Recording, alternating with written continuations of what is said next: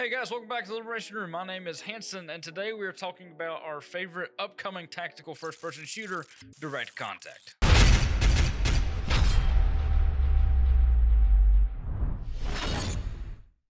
In a recent video coming out of the Direct Contact channel, we got to see an interview of Ed from Direct Contact, Lemon from Direct Contact, Ethereal, the lead of Big D Gaming, and one of the other content creators, Nopers. In this interview, we got to see not only a lot of the things coming out in this game, but we got to see a lot of the passion overflowing from Lemon and Ed for this game, and we're going to talk a little bit about the things that they spoke about in the interview today. So without wasting any more of your precious time, let's go ahead and jump into the interview. And the first question I'm going to ask of you is, the question around the background for each of you. So, Ed, we'll start with you. You're the developer, the owner of Direct Contact. Welcome, mate, and it's lovely to chat with you. Tell me about yourself. Yeah, I'm Ed. I'm from Norway. The game is created in Brazil, like Ethereal spoke to you about. So, the game is coming from Brazil, from the hottest place in Latin America. But I'm from the coldest place in the world. So lived in Norway for 32 years. Guys, pause real quick and say how much I want to go to Norway. That's where my family lineage originates, and hearing Ed always talk about Norway, I want to go to Norway so bad, but for another time, I guess. But I got my first PC when I was 10 years old, right, from my dad. So that was around in 1992. And back then, the computers was expensive as fuck. You know what I mean? It was so expensive.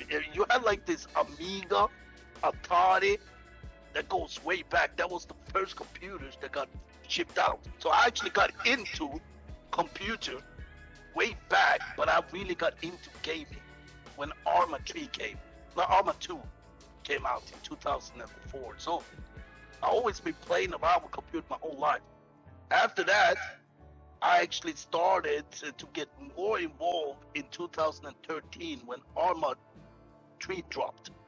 But then from the period of 2004, 2005, 2013, it was every day. I don't know how many thousand hours I have in Arma 2, but in Arma 3, I have 6,240 Holy hours shit. in Arma 3. That's not a bad effort. So you can imagine how much I have. Yeah. Jeez, it's 1 or 2 hours. That's amazing. This is something that's so good to see. When you have a game that's as big as Call of Duty, there's people at some point in the development process who probably don't even play video games much. People that didn't grow up on games like that. And that's nothing on them. They just have such a massive team that eventually you're gonna have some people that don't really care about video games. But hearing Ed talk right now about his passion and his love for video games that started when he was a child is such a breath of fresh air to see when you're behind this game that's getting made, to see that it's being made by people who have that same childhood passion of video games. It's a lot of games like Call of Duty. I dropped a game back in 2019 or something where they were like, it's the World War II game of Call of Duty, I remember. Yeah, pretty good, right? But when you look down, you don't see your foot. And on the commercials about that game, there was like, yeah, it's all boots on the ground and all that stuff, right? And I bought that game. The game is so fucking good. But the problem is when I looked down, there was no fucking foot on the ground, right? So there were no boots. And I want to make sure that when we are playing this game, so when you look down, you will see your boots. I want to have the realistic part that you... That's great. That's great. Said he bought the game because in the advertisements they mentioned boots on the ground, but then when he got the game, he said, there's no boots on the ground.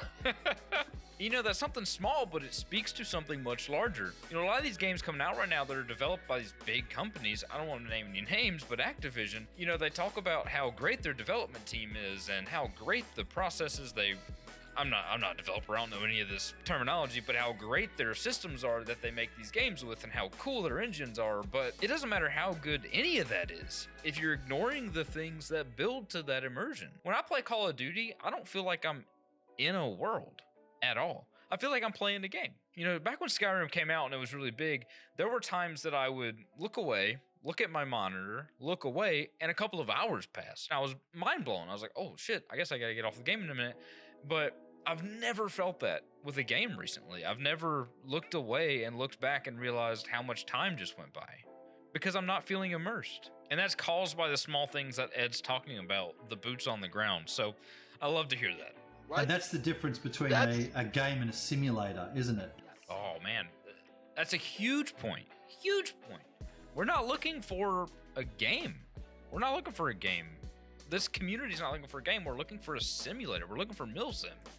Oh, what a beautiful point. Beautiful point. Like a mill sim, and that's for folks like myself, for Ethereal, for a lot of the community we're talking to here. We want a simulator. We want boots on the ground where we're doing that hard yards kind of stuff. Where when we're engaged with the enemy or we know the enemy's ahead, we're not just running across the field, jumping up in the air because that's like jumping and gliding because that's what 360 no scope you style know? what? Yeah. Is that what Unreal 5 brings to the table in the development? Does it? No, but the Unreal Engine 5 actually bring the whole new 10 years of dark content. Because Unreal Engine 4 was so old now, but still relevant. But when you move to Unreal Engine 5, we have 10 years of greatness. We can do whatever we want with dark content. Because it's going to be the next new engine.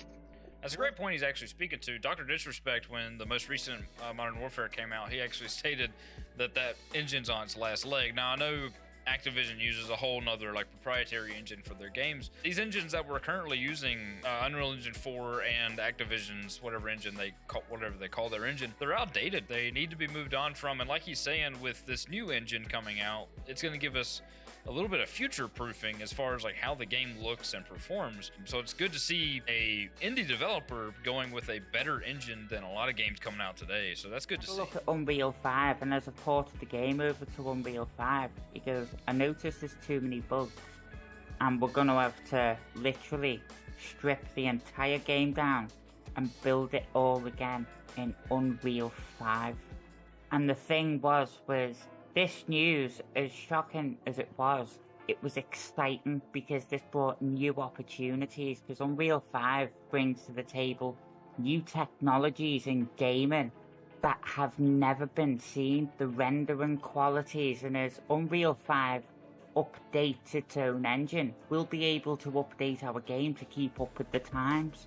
And that means we are able to keep the game and the graphics updated as time updates and software updates, and we'll be able to bring out more for the game. That's so good to hear, just the excitement in their voice about switching to Unreal Engine 5. And this is what you get when you don't have a developer or a group of developers who are obsessed with money. If there's any other developer, they would have said, we got so much already in Unreal Engine 4, let's just go ahead and do it in Unreal Engine 4, and if we make a new game, we'll move it over to 5. But not them. They said, no, 5 is better. Let's take the work now and make this better for the in-game players. And it's so good to hear that amount of passion and care coming out of some developers. Look at that sky. Look at that sky. Coming from where they are in the bathtub there and pull the holes in the walls. So I'm just gonna pause real quick. I hope it transfers over good. But that cloud, like that, looks amazing. That's fantastic. That looks so good. Absolutely incredible. Absolutely incredible. Where you actually have to get involved with more Taliban units, big areas, using airstrike to complete your mission, right? So you will be more like special operators working around in different area around the globe, from America to Norway, to the winter. When it's snowy, it's cold, you don't see a lot in front of you because of the snow and the cold in front of you. So you have different scenarios like that. from small to big. And that right there is honestly something that Ready or Not is missing. I love Ready or Not. Ready or Not's one of the greatest tactical games out right now, but what it's missing is long-range engagements. There's nothing more than, I would say, 100 yards in the game. Cherryessa Farm's kind of open, but that's about the furthest engagement you have, is about 100 yards. You don't have anything else.